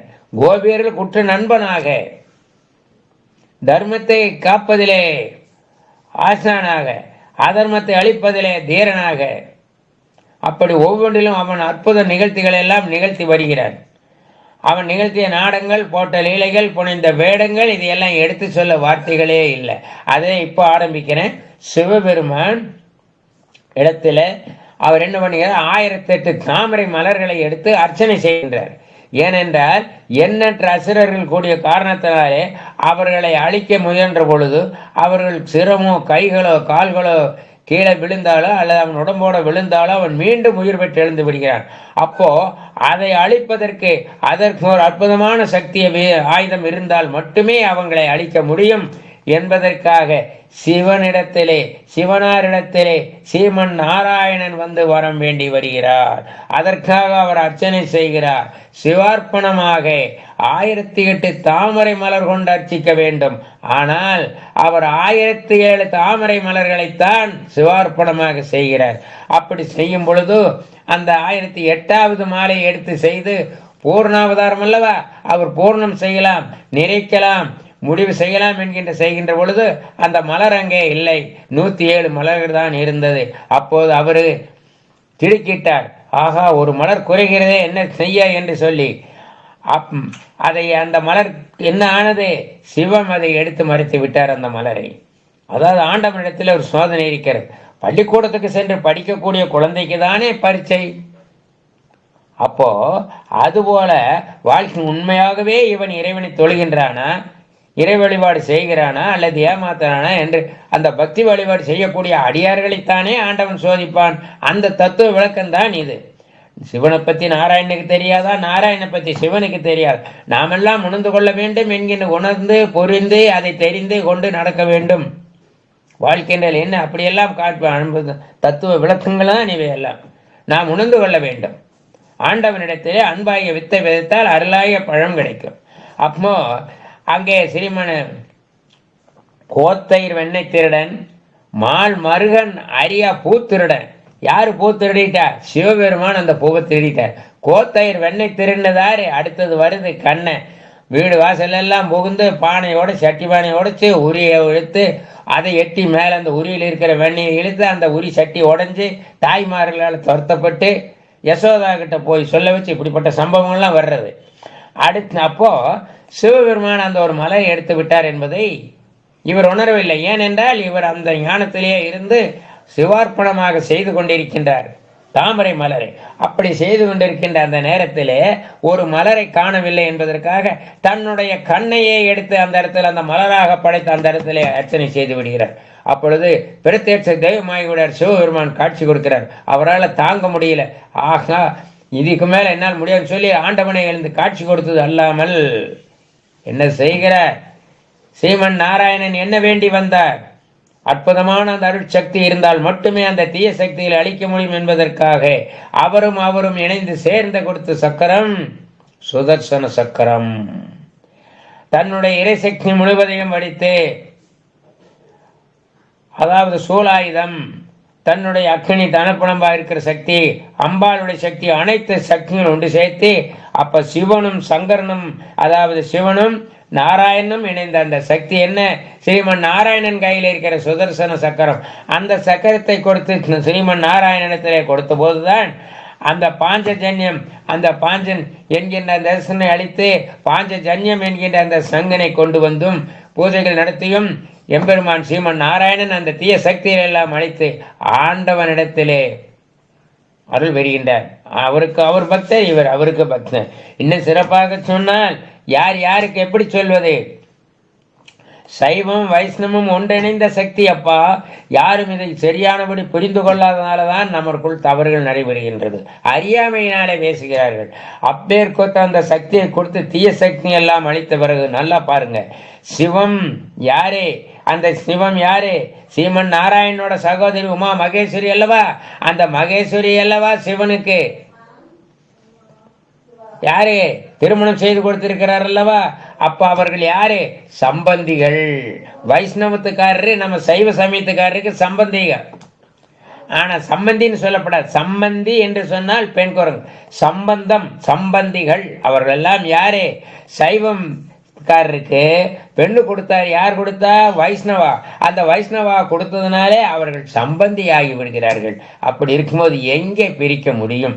நம்ம சைவ இந்து மதத்துல பாருங்க, அறுபெரும் சமயம் அல்லவா, சாக்த சமயத்தின் தலைவி உமா மகேஸ்வரி அல்லவா, சிவம் என்று சொல்லுக்கு மங்களம் அல்லவா, வியாபகம் விஷ்ணு மகாவிஷ்ணு எங்கும் நீக்கமர நிறைந்திருக்கின்றான், அனைத்திலும் அவனே இருக்கின்றான். அப்பேற்பட்ட அந்த மகாவிஷ்ணு யாரே? வைஷ்ணவ சமயத்தின் தலைவனாக தன்னுடைய சகோதரி சாக்த சமயத்தின் தலைவியாகிய உமா மகேஸ்வரியே சிவனாருக்கு முடித்துக் கொடுத்த சைவ சமயத்தின் பெரும் தலைவன். சைவம் அல்லவா, அந்த சைவத்துங்க அந்த சிவனாருக்கு மனம் முடித்து கொடுத்தவர் அல்லவா. அப்ப அவருக்கு மைத்துனர் அல்லவா. இதை விட இன்னும் என்ன சிறப்பை சொல்ல போகிறேன் எனக்கு தெரியல. அந்த முருகன் யாரே சொல்றாரு? கோத்தையர் வெண்ணெய் திருடன். அப்பா நீ வெண்ணெய் திருடி. அந்த சிவனார் யாரு? பூத்திருடி. இதுல எல்லாத்த விட மீறின பெருந்திருடன் யாரு? என் அப்பன் ஞான பண்டிதன் முருகன். பெண் திருடி விட்டான், பெண்ணையே திருடிட்டான். எல்லாத்தையும் திருடன், என்ன திருட தெரியலையே அப்படின்னு கேட்கிறாரு காலமே புலவர். அப்போ அந்த அளவுக்கு ஆண்டவனுடைய இறை அருள் தத்துவங்களை எல்லாம் புரிந்து கொள்வோம். ஆனால் பேதங்கள் வராது. சைவம் வைஷ்ணவம் ஒன்று என்பதை அவர்கள் ஒரு காலமும் பிரித்து கூறவில்லை. இரண்டையும் வாழ்வார்களுடைய இதிலே அந்த மாதிரி வந்ததில்லை. சைவத்திலையும் வந்ததில்லை, வைஷ்ணவத்திலேயுமோ நமது புராண வரலாறுகள்ல சைவம் வேறு வைஷ்ணவம் வேறு என்றுமே வந்ததில்லை. அதனால தானே என்னவோ ஆண்டவன் முருகன் திருப்புகழ் பாடுகன். சிவனாத தமிழை பாடுன்னு சொல்றாரா, முருகன் என்ன சொன்னாரா? திருப்புகழ் பாடுன்னு சொன்னாரா அருணகிரிநாத சுவாமி. அப்ப அருணகிரிநாத சுவாமி பாருங்க, நான் சொல்றேன் பாருங்க. குருவா யாருக்கு உபதேசம் வைத்த குணே குரத்தி மணவாளா குளிர்காமித்த வளர் ஊகமெத்த கூட காவிரிக்கு வடவாளார் திருவேரகை துளைவா உமைக்கோர் சிறுவா கரிக்கும் இளையோனே திருமால் தனக்கு மருகா அரக்கர் சிறமே துணித்த பெருமானே. அந்த திருப்பூர்ல எல்லாத்தையும் அனுப்பிச்சிட்டாரு பாத்தீங்களா? யாரையெல்லாம் வருது நல்லா கவனிங்க. திருமால் தனக்கு மருகா அரக்கர் சிறமே துணித்தவனே பெருமானே எப்படி சொல்றார் பாருங்க. ஆயுசுந்தரி ஆதிசங்கரனார் பாகமாதுமை கோலாம்பிகை மாதா மனோன்மணி ஆயுசுந்தரி தாயான அபிராமி அவள் கொண்டு விராலே சிறாடவ கோமலம்பல கோவில் மீறி ஆவினன்குடி வாழ்வான தேவர்கள் பெருமான். யார்? எம்பெருமான் ஞான பண்டிதன். இன்னை சிறப்பா சொன்னா கண்ணன் உறுதிரடி. அதையும் திருப்புகழ்ல கொண்டு வர. திருப்புகழ்ல கண்ணன் இல்லாத திருப்புகளே கிடையாது. அந்த ஸ்ரீமன் நாராயணன் படிச்சாரா? இந்த சிவன சக்தி எல்லாரும் சேர்ந்து இந்த அருணகிரிநாதருக்கு வாழ்வு கொடுத்து அந்த அருணகிரிநாதர் வாடிய திருப்புகள் அல்லவா. அந்த திருப்புகள்ல இன்னும் பாருங்க, சொல்றேன் பாருங்க. சிவனார் மனம் குளிர உபதேச மந்திரமிரி மேலும் பகசை குருநாதா சிவகாம சுந்தரிதன் வரபாலகந்தனின் செயலே விரும்பி உடன் வினையாமன் அவமாய் கொண்டு உலகில் விருதா வளைந்து அடியானி வஞ்சன வருக அறிவாகம் பெறுகிறானந்தோலை அருள்ஞான இன்பமது புரிவாய நவநீதமும் திருடி உருளோடு ஒன்று மறி ரகுராமர் சிந்தமையில் மறுகோணே நிசுதேவல் அங்கிருந்த நலமான விஞ்சகர் விளையோவே தேவயானே அங்கிருமின் மணவாள சம்பரமுற திரள்வேல் மிஞ்சுகதிர் வடிவேல திருவாவூர் வரவேல் சௌந்தரிய மெய்கண்டவர்கள் பெருமாள். பழனி திருப்புகள் என்ன சொல்றாரு? அங்க திருமால் வெண்ணெய் திருடினார் இல்லைங்களா? அதை சொல்றாரு பாத்தீங்களா? அங்க திருமால் என்ன வெண்ணெய் திருடினார். அதை அப்படியே அந்த அற்புதத்தை திருப்புகள்ல கொண்டு வர்றாருன்னா அப்ப எவ்வளவு ஒற்றுமை சைவ வைஷ்ணவம்.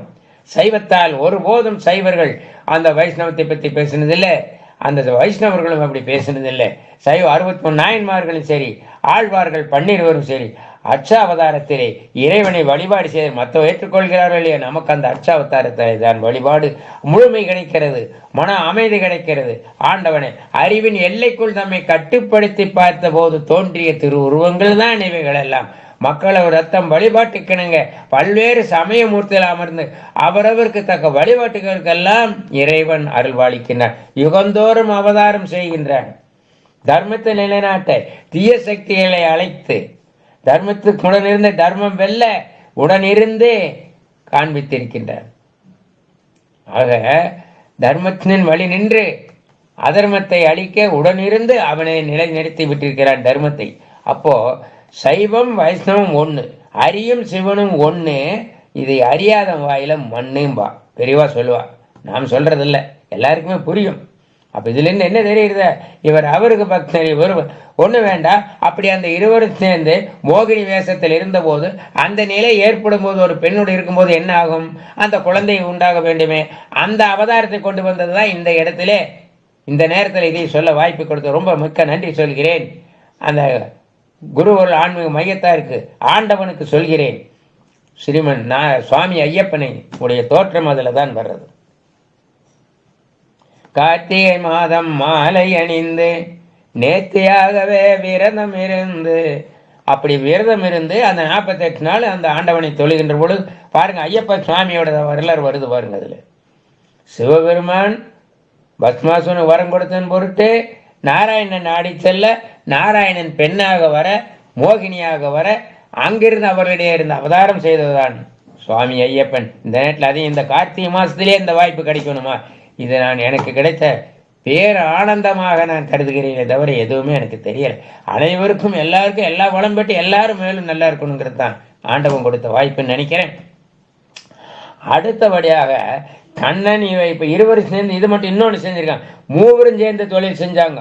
இந்த சிவன் வைஷ்ணவ சார்ந்து, வைஷ்ணவரே கிருஷ்ண சிவன், அப்ப கிருஷ்ணரே சிவனை சார்ந்து, இப்ப 3 பேரும் சேர்ந்து ஒரு தொழில் நடத்தி இருக்கிறாங்க. அது கார்த்திகை மாசத்துல வரும்.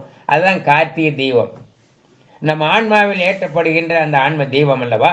கார்த்திகை மாதம் எப்படி தீபம் வர்றது, கல்வியா செல்வமா இந்த இருவரும் சேர்ந்து, அதுல பிரம்மதேவன் பொய் சொன்ன காரணத்தினால என்ன ஆகுது, அந்த சிவனுடைய அடிமுடிதேனையும் காண முடியாத சூழ்நிலை ஏற்படுகின்ற பொழுது பிரம்மதேவன் அந்த அடிமுடியை கண்டுட்டேங்கிறான்.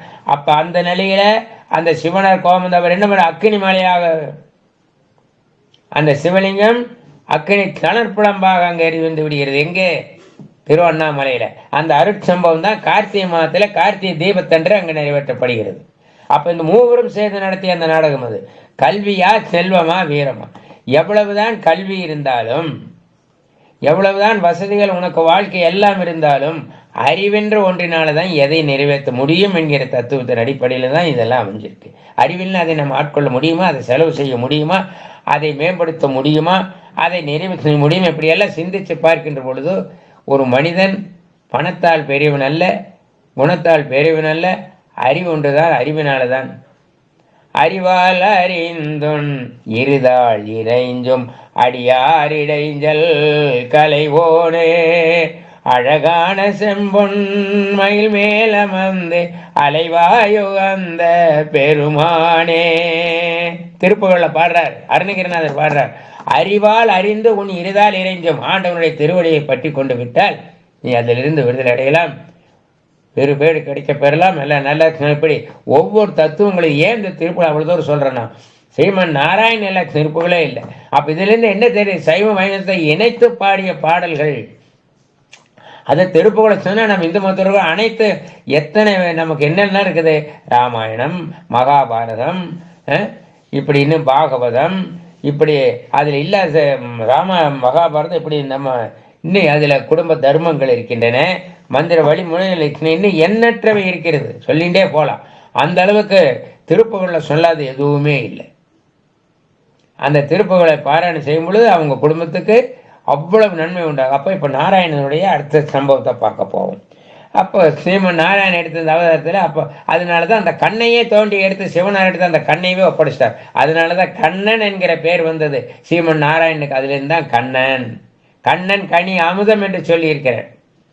அந்த கண்ணனை, அந்த கண்ணையே எடுத்து இறைவனுக்கு படைச்சதுனாலதான் அவர் அந்த இடத்துல பிரத்யட்ச தெய்வமாயே அவருக்கு வழி கொடுக்கிறார். இவர் அவருக்கு பக்தர், இவருக்கு பக்தர். அப்படி அந்த நடந்த அருட்சம்பவம் அற்புதமான சம்பவம்.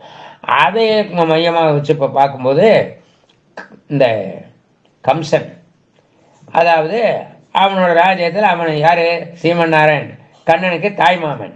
அவன் என்ன செய்யறான, அவனுடைய சகோதரி தேவகி, அவரு தன்னுடைய தேவகி உடைய அதாவது தன்னுடைய மைத்துனரை வச்சு அவனுக்கு, அதாவது இவனுக்கு ஒரு வாழ்க்கையில் இவனுக்கு கிடைக்கக்கூடிய அறிவுரைகளில் என்ன வருதுன்னா, ஒவ்வொருத்தரும் மந்திர ஆலோசனை உபதேசம் எல்லாம் செய்வாங்க. அதுபோல கம்சனுக்கு என்ன தெரியும் ஒரு வாக்கு கிடைச்சிருக்குன்னா, உனக்கு பிறக்க போற குழந்தையாலதாயா உன் தங்கைக்கு பிறக்க போகும் அந்த 8வது குழந்தையால தான் உனக்கு அழிவுன்னு சொல்லிட்டான். அதனால இவன் என்ன பண்ணிட்டான், அந்த நந்தகோபுர தேவியும் தேவகி உடைய கணவனாய் அதை தன் மைத்தனரையும் வச்சு எங்க செய்யறான், அவனை அரண்மனையிலேயே சிறைவாசம் வச்சுடுறான். அப்ப கண்ணன் எங்க பிறந்தான்? சிறைச்சாலையிலே. பிறந்தவுடனே பேசிய குழந்தை யார்? கண்ணன். பிறந்தவுடனே எந்த குழந்தை அவன் பேசவில்லை, கட்டளை இட்டான். என்ன கட்டளை இட்டான்? சிறை கதவுகளை, சன்னல்களை, அந்த கதவுகளை எல்லாம் உடைத்தெறிந்தான். கதவுகளை திறக்க செய்தான். திறந்தது மட்டுமா, தாய் தந்தையருக்கே கட்டளையிட்டான், வசுதேவர் கட்டளையிட்டான். ஓம் கிருஷ்ணாய வாசுதேவாய தேவகி நந்தனாய நந்த கோபகுமாராய கோவிந்தாய நமோ நமக. வசுதேவசுதம் தேவம் கம்சசானூரமர்தனம் கிருஷ்ணம் வந்தே ஜெகத்குரும். ஓம் நமோ நாராயணாய நமக. அப்ப அந்த தேவகைக்கு குழந்தை, ஒவ்வொரு குழந்தையா பிறக்குது. அந்த ஒரு குழந்தை பிறந்தனா அந்த குழந்தை தான் அது உன் தங்கை சகோதரிக்கு பிறக்கக்கூடிய குழந்தையினால தாண்டா உனக்கு அழிவுன்ட்டான். இந்த இது இவனுக்கு ஜாதகத்து மூலம் இப்படி கிடைச்சதுனால அவன் என்ன செய்யறான்? தன்னுடைய தங்கையை சிறை வைத்து மைத்தனனை அங்கேயே வச்சு அவங்க அங்கேயே குடும்பம் நடத்த வச்சு எங்கேயும் வெளியே விடாம இப்படியே அறிவில்லாத மூடன் என்கிற தத்துவத்தை அவன் எடுத்து காட்டிட்டான். எப்படின்னா, இறப்பு என்பது எப்படி வேண்டுமானாலும் வரும். தாயின் வகுப்பிலேயே நீ கர்ப்பவாசம் அடைந்த பொழுதே உன் மண்டை ஓட்டிலே எழுதப்படுகிறது என்று சொல்லியிருப்பாங்க பெரியவா. நீ எப்போ எந்த நேரத்தில் எதை அனுபவிச்சு எப்படி உன்னோட வாழ்க்கையை முடிக்கணும் என்பதை ஆண்டவரே அதில் நிறைவேற்றி வச்சிருக்கிறார். அப்போ அது விதிக்கப்பட்டது. அந்த வாழ்க்கை அதை மீற நம்மால் முடியாது. அந்த விதியையும் மாற்றி இறைவன் என்று சொன்னால் அது அவன் அருளாலே அவன் தாழ் வணங்கி சிந்தை மேல. நம்ம சும்மா வாய் சொல்லிகள் நம்மளால முடியாது. வாலிபத்தன்மை இருக்க வரைக்கும், செல்லம் இருக்க வரைக்கும், நான் எழுதுங்கிற ஆணவம் இருக்க வரைக்கும் கடவுள் தெரியாது, கண்ணு தெரியாது, யாரையும் தெரியாது. எல்லாம் போன காலத்துல வாயாத காலத்துல தான் கண்ணு போய் சூரிய நமஸ்காரம் அந்த நேரத்தில் வழிபாட்டுக்கு போவான். அப்புறம் எனக்கு ஆண்டவன் ஒன்றும் செய்யலை, நான் எல்லாம் பண்ணி பார்த்து 108 தேங்காய் உடைச்சேன், ஆண்டவனுக்கு தேங்காயோடையே மாலை போட்டு தொங்க விட்டேன், ஆண்டவன் கண்டுக்கல. எங்கே போய் சொல்றது? சோசிகாரன் சொன்னா தான் கடவுளையே போய் கும்பிடுறான். திருவண்ணீர் அணியிறத கூச்சப்படுறான். அந்த திருவண்ணீர் குங்குமத்தை தாய்மார்கள் அணிஞ்சிட்டு வந்தாங்கன்னா என்ன நன்மை இருக்கிறது? அதுல பக்தியோடு சிவசிவாவென்று திருவண்ணீட்டை பறிந்து கையால் எடுத்து நித்தம் அளந்துள்ள மூவாய் தரிப்பவருக்கு நீடி பணி அணியா தேக பரிசுத்தம். அது மட்டுமா வச்சாங்க அந்த காலத்துல? ஒரு மந்திரவாதி வருவான் வீட்டுக்கு, அட குடுகுடுப்பக்காரன் வருவேன், அட அவன் ஒன்று சொன்னா உடனே நம்பிட்டு ஓடுவான் கோயிலுக்கு. அதுக்கு முன்னால் கோயிலுக்கு போக மாட்டேன். இது இன்றைய வாழ்க்கையில் நடக்கிறது. இதெல்லாம் ஒரு சம்பவங்களை கேட்டுக்குங்க. நெத்தில விபூதி வைப்பான் அந்த காலத்துல, பொண்ணும் சரி குழந்தையும் சரி தாய். இந்த காலத்துல தாய்மார்களே குங்குமம் வச்சுக்கிறதுக்கு பயப்படுறான். யாராவது கோபிச்சிட்டாலும் கவலை இல்லை. அந்த விபூதி குங்குமத்தினுடைய தத்துவம் என்னன்னு தெரியும் சார்? தத்துவத்தை சொல்றேன், அப்புறம் பேசுங்க. என்ன தத்துவம்? உங்களை மெஸ்மரிசம் செய்ய முடியாது, யாராலும் உங்களை தீண்ட முடியாது. அந்த குங்குமத்தில் தாய் அமர்ந்திருக்கிறாள். அங்கே சிவன் பக்தியோடு சிவசிவா வென்று அந்த திருவேணத்தை அணிந்து நெத்தியில குங்குமம் அணிந்து அந்த தாய் எங்க எப்படி வேண்டுமானாலும் எந்த தீய சக்தியாலும் அதை அழிக்க முடியாது, அவளை தொட முடியாது, பார்க்க முடியாது. இப்படியெல்லாம் நீதி நேர்மைகள் சத்துவங்கள் அதனை கழுத்தில் உத்திர அணிஞ்சிருவாங்க. அப்போ அவரவருக்கு மதத்துக்கு வழிபாட்டுக்கு தக்கவாறெல்லாம் இறை வழிபாடுகள் எல்லாம் சொல்லி கொடுத்துருக்காங்க பெரியவா. ஆனா அதையெல்லாம் இன்றைய நிறைய பேர் கடைப்பிடிக்கிறது இல்லை. அதெல்லாம் கடைப்பிடித்தால் வாழ்க்கையில இன்னும் நம்ம மருந்த வாழ்க்கையில கஷ்டப்படுறோம். கவலையைத்தான் நேருக்கு நேர் வளர்த்திட்டே இருக்கோம். அட சாப்பிட்டாலும் கவலை, சாப்பிடாட்டியும் கவலை, படித்தாலும் குழந்தை கவலை, படிக்காட்டியும் கவலை, திருமணம் பண்ணாலும் கவலை, குழந்தை இல்லைன்னு கவலை. கவலையை நம்ம நாளுக்கு நாள் நம்ம அதுக்கு பதிலாக என்ன பண்ணுறோம்? நிறைய காசு கொடுக்குறோம், ஒன்றுக்காக சோசியத்துக்கு எல்லாம் போகிறோம், அந்த காசை தேவையில்லாமல் செலவு பண்ணுறோம். அறிந்து உணர்ந்து ஒரு பெரியவாட்ட போய் பார்க்கணும். தொட்டதெல்லாம் சொல்கிறான், கோடைக்கு சொல்கிறான், இவன் சொல்கிறான், அவன் சொல்கிறான், நம்புகிறோம். அப்போ தான் கோயிலுக்கு போகிறோம். ஆனால் உண்மையாகவே நீ ஆண்டவனிடத்திலே அன்பை வைக்க வேண்டும். முதல் பற்றுக பற்றற்றான் அப்பற்றனை பற்றுக பற்று விடற்கு. திருவள்ளுவர் மிக அழகா சொல்லுவார். ஆண்டவனிடத்திலே பற்று, எதிலையும் பற்று வைக்காதே. எதிலெல்லாம் நம்ம ஆசை ஒழிக்கிறோமோ அதிலெல்லாம் நம்ம நினைவாகல, நம்ம நல்லா இருக்கலாம். அப்ப அந்த பற்றை ஒழித்த நிலை நீடிக்க வேண்டுமானால் இறைவனுடைய திருவடியை பற்றி கொள்ள வேண்டும் என்கிறார் கீதையிலே சொல்றார். அந்த கீதையை நல்லா உணர்ந்து கொள்ளவன் என்ன செய்வான்? அன்பும் பண்பும் அறிவும் ஆற்றலுமாக அவன் பெறுகிறான். அன்பை பெறுகிறான், ஆற்றலை பெறுகிறான், அறிவை பெறுகிறான். அப்போ நல் வாழ்க்கை நெறிகளை உணர்ந்து கொண்டவன் என்ன செய்கிறான்? தன் ஆன்மீக வழிகளை எல்லாம் இறைவனுக்காக செலுத்துகிறான். ஆனால் அதை அறிந்து கொள்ளாதவன் என்ன செய்கிறான்? அந்த ஆன்மீகத்தில் கிடைக்க பெறுவதையும் தனக்கே பயன்படுத்தி கீழ்மை உறுகிறான். நாம் செய்யும் செயல்களெல்லாம் மேன்மையாக நமக்கு செய்து நம்ம வாழ்க்கையை மாற்றி கொடுப்ப கீதை. அந்த கீதையினாலே என்னாகிறது? அறிவை பெறுகிறான், அன்பை பெறுகிறான், ஆற்றலை பெறுகிறான். உடல் உறுதி பெறுகிறான். உடல் உறுதி, மன வலிமை, பிறருக்காக சமூகத்துக்கு உபயோகப்படக்கூடிய மனிதனாக கிடைத்து பிறருக்காக வாழும் பெருங்குணம் படைத்த மனிதனாக பேரறிவாளனாக மாறி யாருக்காக இது கிடைக்கிறது?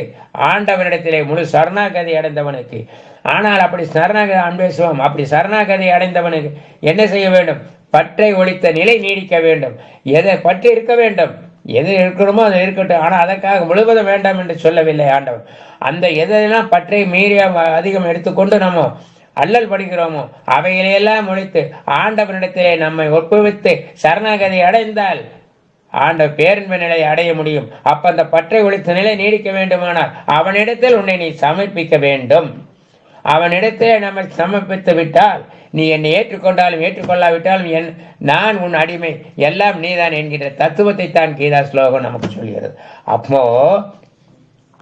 அவன் ஜெயிலில் அடைச்சி வச்சிட்டான். பிறந்தவுடனே பேசிய குழந்தை யாருன்னு சொன்னேன்? கண்ணன்.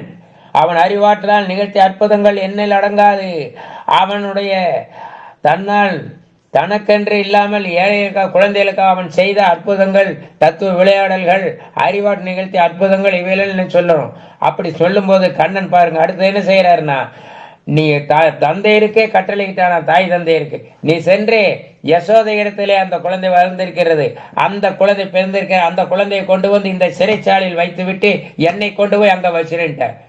பிறந்தவுடனே பேசிய குழந்தை கண்ணன் பேசவில்லை, அவன் கட்டளையிட்டானாம்.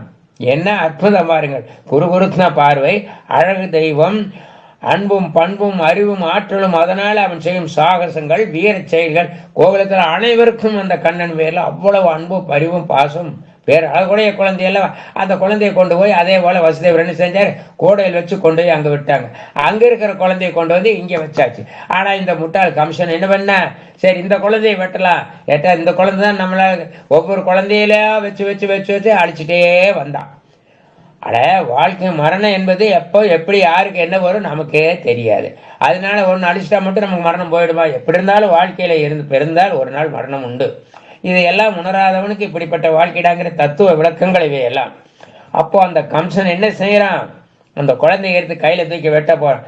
அடே முட்டாளே, உனக்கு ஒன்ற குழந்தை 1000 ரூபாயில வளர்ந்துட்டு இருக்குதுடா, நந்த கோகுலத்துல உன்னை கொள்றதுக்கு அவன் தயாராயிட்டு இருக்கிறான் அப்படின்னு சொல்லி அந்த குழந்தை மாயமா அவன் கையிலிருந்து மதுரை போய் விடுகிறாள். அம்பாள் காளி பராசக்தி அந்த தாய் அவனுக்கு அசரீரி வாக்கு கொடுத்து விடுகிறாள். நீ செய்த அனுபவித்து ஆக வேண்டும் என்று சொல்லி அவனுக்கு எண்ணற்ற தத்துவ விளக்கங்களை எல்லாம் கொடுக்கறதுக்கு அடுத்து வருது. அப்போ அந்த குழந்தை இங்க வருது. அந்த குழந்தை தான் எப்படி வரான்? தேவகி மைந்தனாய் வந்திய சோதை வாரி அணைக்க வளர்ந்தாய், தூது நடந்தாய் பாண்டவ திரௌபதி முடிதனில் மகுடம் வைத்தவன். எப்படி? தேவகி மைந்தன், தேவகியோட மைந்தன் அங்க எங்க போய் வளர்ற? யசோதா வீட்டுல போய் தாய் வளர்றாரு, அங்க வளர்றாரு. யார்? கண்ணன். பார்த்துக்கிட்டீங்களா? தூது நடந்தாய் பாண்டவ திரௌபதி முடிதனில் மகுடம் வைத்தாயே, ஜெய தரிசனம் தரலாகாத. அப்படி சொல்லி கண்ணங்கிட்ட கேட்டு கதறி அழுக வேண்டிய நிலை வருகிறது. ஆஹா என்ன அற்புதம்! துய தரிசனம் தரல் ஆகாதா எந்தன் கண்ணனின் என்று சொல்லி பாடி தேவகி மைந்தனாய் வந்து யசோதை வாரி அணைக்க வளர்கிறார். அவன் நினைச்சுட்டு இருக்க நான் தான் கண்ணனையே பெற்ற, நான் தான் பெரியவன் நினைக்கிறேன். அந்த சம்பவத்தின் யாரு சம்பவத்தை அடுத்தாப்புல நம்ம பார்ப்போம். அப்போ அந்த கோகுலத்திலே நாளொரு மேனியும் பொழுதொரு வண்ணமாக அந்த குழந்தை வளர்ந்து கொண்டே வருகிறான். அவன் செய்த வீர சாகச செயல்கள் பக்தியோடும் பண்போடும் அருளோடும் ஒவ்வொருவரையும் கவர்ந்து அழைத்து அவர்களெல்லாம் அன்பும் பாசம் பரிவோட கண்ணன் அவர்களிடையே வீர சாகச செயலை செய்கிறான். வீடு வந்து என்ன செய்யறான்? அவன் உடைக்காத சட்டி பானையெல்லாம் இல்லையா? ஏன் வீடுக்குள்ள கூட்டிட்டு போற? தான் மட்டுமா போய் சாப்பிடுறான்? பாருங்க, தெய்வீக குழந்தை அல்லவா, உடன் இருக்கிற குழந்தைகளையும் விளையாடுகின்ற இருக்கிற குழந்தைகளையும் கூட்டிட்டு போய் எல்லாத்துக்கும் வீட்டில இருந்து வெண்ணெயை திருடிட்டு வர்றது, பாலை திருடிட்டு வர்றது, அவன் இப்படியெல்லாம் செஞ்சான். அவன் தான் எல்லாம் கேட்டதுமே கொடுப்பவன் அல்லவா, அவன் எல்லாருக்கும் எல்லாம் செய்யக்கூடியவன். அதனாலதான் அந்த இடத்துல அவர் விட்டு வைக்கல பாரதியார். எல்லா இடத்துலையும் இன்னும் ஒவ்வொரு நாளைக்கும் ஒவ்வொரு பாரதி பாடின பாடலையா சொல்ல போறோம். அப்போ அந்த குழந்தைகளுடைய சாகத்தை எல்லாம் பார்த்து கண்ணன் இவ்வளவு தெய்வீக குழந்தையாக, ஐயா ஆகா அந்த தாய்மாரெல்லாம் என்ன செய்கிறார்களாம், கோபியர்களெல்லாம் எங்களுக்கு குழந்தை இந்த மாதிரி குழந்தை கிடைக்கக்கூடாதா, நாங்கள்லாம் எவ்வளவு அன்பை காத்துட்டு இருக்கோம், இறைவா பரம்பொருளே எங்களுக்கு இந்த மாதிரி குழந்தை கண்ணனாட்டு இருக்கக்கூடாதா. அப்படி கண்ணனை பார்த்து பார்த்து ஏங்கி அந்த வீட்டுகளில் பால் தயிரை எடுத்துட்டு போனாலோ களவாடி சென்றாலோ தேடி அவர் கண்ணனை வியந்தார்களாம், போற்றினார்களாம், பாராட்டினார்களாம். யாரும் அதற்காக சண்டை செய்வது. அப்படியும் ஒரு கோபியர் ஒருத்தி ஒன்று செய்தார். அதான் சொன்னேன், கோபியர்கள் குற்ற நண்பனாக, அங்கே கோகுலத்தில் அனைவருக்கும் செல்ல குழந்தையாக, தர்மத்தை காப்பதிலே வீரனாக, அதர்மத்தை அழிப்பதிலே சூரனாக. அப்போ இன்னும் இருக்கு, அடுத்த சம்பவம் இன்னும் சொல்ல வரவேன். அப்போ இந்த நேரத்தில் அந்த குழந்தை என்ன செய்யுது, அப்படி செய்யக்கூடிய அந்த சாகச செயல ஒரு தாய் என்ன செய்ய, இப்போ வீட்டில் பானையில் பால் தயிர் மோர் எல்லாம் வச்சா தான் எடுத்துக்கிறலாம மற்றவங்களையும் கூட்டிட்டு வந்து எடுத்து கலவரி சாப்பிட்றதும் இல்லாமல் அவசரத்தில் தாய்மை கோபியர்கள் துரத்திட்டு வந்து உங்கள் அம்மா கிட்ட பிடிச்சி கொண்டு கொடுக்குறேன், உனக்கு இதே வேலையை போச்சு அப்படின்னு சொல்லி போகலான்னு போகும்பொழுது அந்த பானை தயிர் விழுகும்போது அந்த பானை தட்டி தயிர் பானை உடஞ்சி அதையும் கீழே ஊற்றிட்டே போயிடுறாங்க. இதை விட அந்த உரியிலே தொங்க விட்டுருப்பாங்க. உரியில தொடர என்ன அர்த்தம், ஆணவம் கண்மம் மாயை ஆகிய பாசத்தினாலே இந்த ஆன்மா கட்டுண்டு கிடக்கிறது. அந்த நிலை அவனை நாம் நோக்கி பக்தி செய்கிறோம். அப்பொழுது நம் உள்ளத்திலே பக்தி வெண்ணெய் போல திரண்டு வருகிறதாம். அதை தானே வந்து கவர்ந்து வழியை கவர்ந்து கொள்கிறான், நம்மை ஆட்கொள்கிறானாம். அதனுடைய தத்துவம் தான் அந்த வெண்ணெய் திருடுகிறது. அந்த வெண்ணெய் அவன் உண்டு, அதை உண்டு வாழ்ந்துதான் அவன் வாழ்க்கையை காட்ட வேண்டும் அல்ல. மக்களிடத்திலே பக்தி வெண்ணெயை போல திரண்டு வருகிறது. அந்த உரியிலிருந்து அந்த உரியை எடுக்கும் பொழுது அது தவறி விடுகிறது, கீழே விழுகிறது, உடைகிறது, சகஜந்தான். ஏன்னா சின்ன குழந்தை. அப்போ அந்த மனதில் நம்முடைய உடம்பாகிய உரியிலே பக்தி வெண்ணெய் போல திரண்டு வருகிறது, தானே வந்த வழியை கவர்ந்து கொள்கிறானாம். அதனாலதான் கண்ணன் என்ன சொல்வது, எல்லா ரூட்லையும் வந்தார் திருநா எல்லாம் பண்ணுற. அப்போ தேவியரெல்லாம் ஒரு தாய்மார் ஒரு கோபியர் என்ன செஞ்சார, அந்த குழந்தைய வந்து நீ இப்படியே என் வீட்டில் எல்லாம் செய்துட்டு இருக்க, உன்னை நான் சும்மா கூட போகிறதில்ல, உங்கள் அம்மா கிட்ட கொண்டு விடுறேன் வா போகலான்னு சொல்லி அந்த குழந்தைய அந்த ஒரு குழந்தை எழுத்துட்டு போனால் கூட 4 குழந்தைகள் சேர்ந்து வந்தது. யசோதா வீட்டுக்கு போனாங்க. யசோதா வா, ஏதடி யசோதா உன் மகன் ரொம்ப குறும்புக்காரன் அப்படின்னு சொல்லி பாடிட்டு போய் அந்த அம்மா கிட்ட சண்டைக்கு போறாங்க. பார்க்கணும், உன் மகனுக்கு இதே வேலையா போச்சு, எங்கள் வீட்டில் இருக்க பால் தயிர் உடைச்சதெல்லாம் செய்கிறாங்க, உன் மகனை தவிர வேற யாருமே இல்லை, இதெல்லாம் உன் மகனுடைய வேலை, என்ன இந்த மாதிரி செஞ்சு எங்கள் வீட்டில் பால் எதுவுமே மிச்சமில்லை, நாங்கள் என்ன செய்யறதுன்னு சொல்லி அந்த அம்மா போய் யசோதா கிட்ட முறையிடுறாங்க. உன் மகன் ரொம்ப குறும்புக்காரன். சரி அப்பனா யார் என் மகனை கூப்பிடு அப்படின்னு சொல்லும் பொழுது இந்த தாயார் பின்னால ஒரு குழந்தைய பிடிச்சி அந்த கண்ணனை பிடிச்சி கட்டி கொண்டு வந்தா. ஆனா அங்க வந்து வீட்டுக்குள்ள வந்ததே அந்த குழந்தைய முன்னால இழுத்து பார் உன் மகனே அப்படின்னு காமிச்சா. ஆனா அந்த குழந்தை கண்ணன் அல்ல, யசோதையின் மகனால் யசோதையால் வளர்க்கப்படுகின்ற கண்ணன் அல்ல. என்ன குற்றம், கண்ணன் மேல் குற்றம் சொல்லி வந்தால் அல்லவா அவளுடைய குழந்தை. முகத்திலெல்லாம் வெண்ணெய் பூசிக்கொண்டு அந்த குழந்தை இருக்கிறது. பார்க்க பரிதாபமாக ஆகிவிட்டதாம். யாருக்கு? கூட்டி வந்து யசோதையை திட்டியவளுக்கு. அப்ப கண்ணன் என்ன செய்தானாம், கண்ணனுடைய வேடிக்கையை பாருங்கள். உள்ளம் கவர் கல்வன் அல்லவா, வீட்டுக்குள் ஒன்றும் அறியாது போல அவன் வீட்டுக்குள் இருந்து வருகிறான். யசோதா பார், என் மகன் இங்கே இருக்கிறான், நீ எதற்காக இப்படி எல்லாம் சொல்கிறான்னு சொல்லி அந்த தாயாரை கோபித்துக் கொள்கிறாராம். இதே போல இன்னும் ஒரு சம்பவம் இருக்கிறது.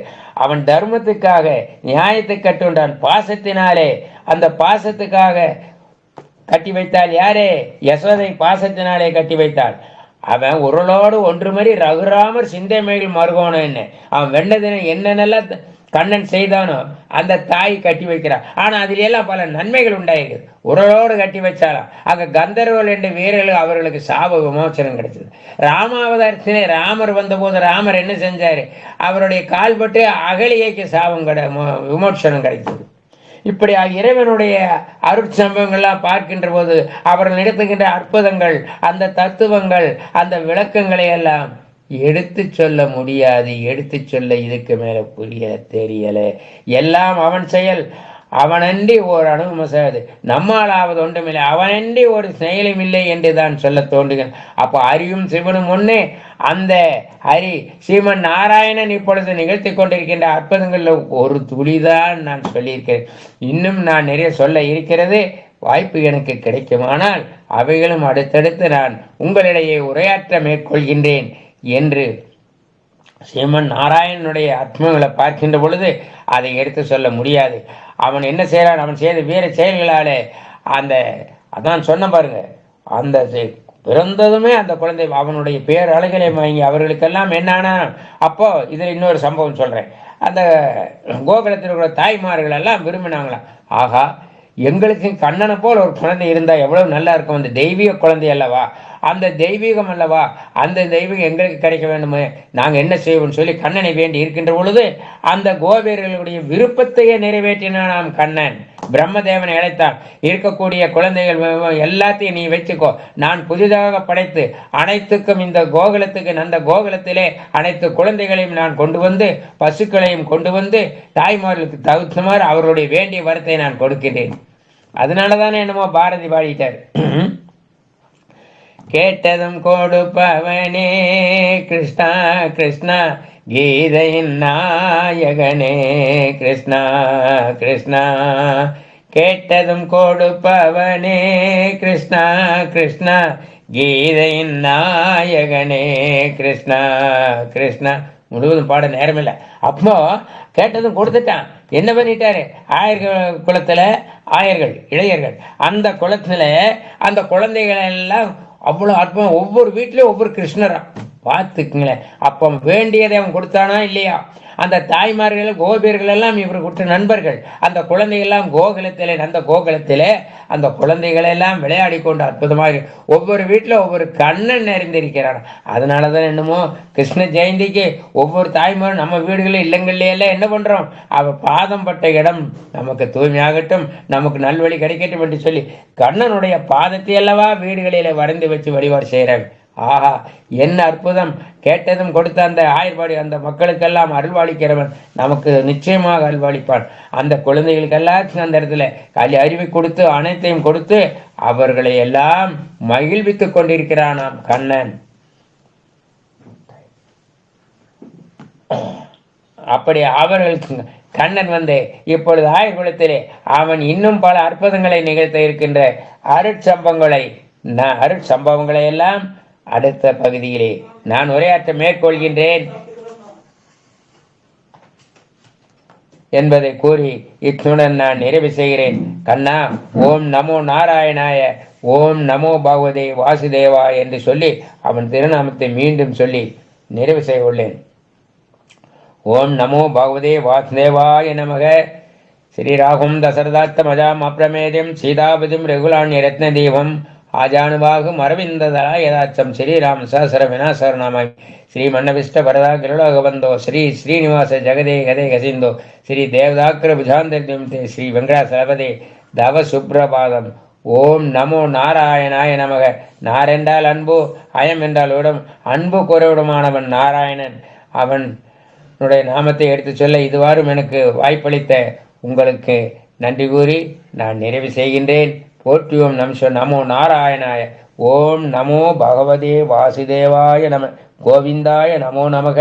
வசுதேவசுதம் தேவம் கம்ச சானூரமர்தனம் கிருஷ்ணம் வந்தே ஜெகத்குரும். நமோ நாராயணாய. நாராயண் நாராயண்.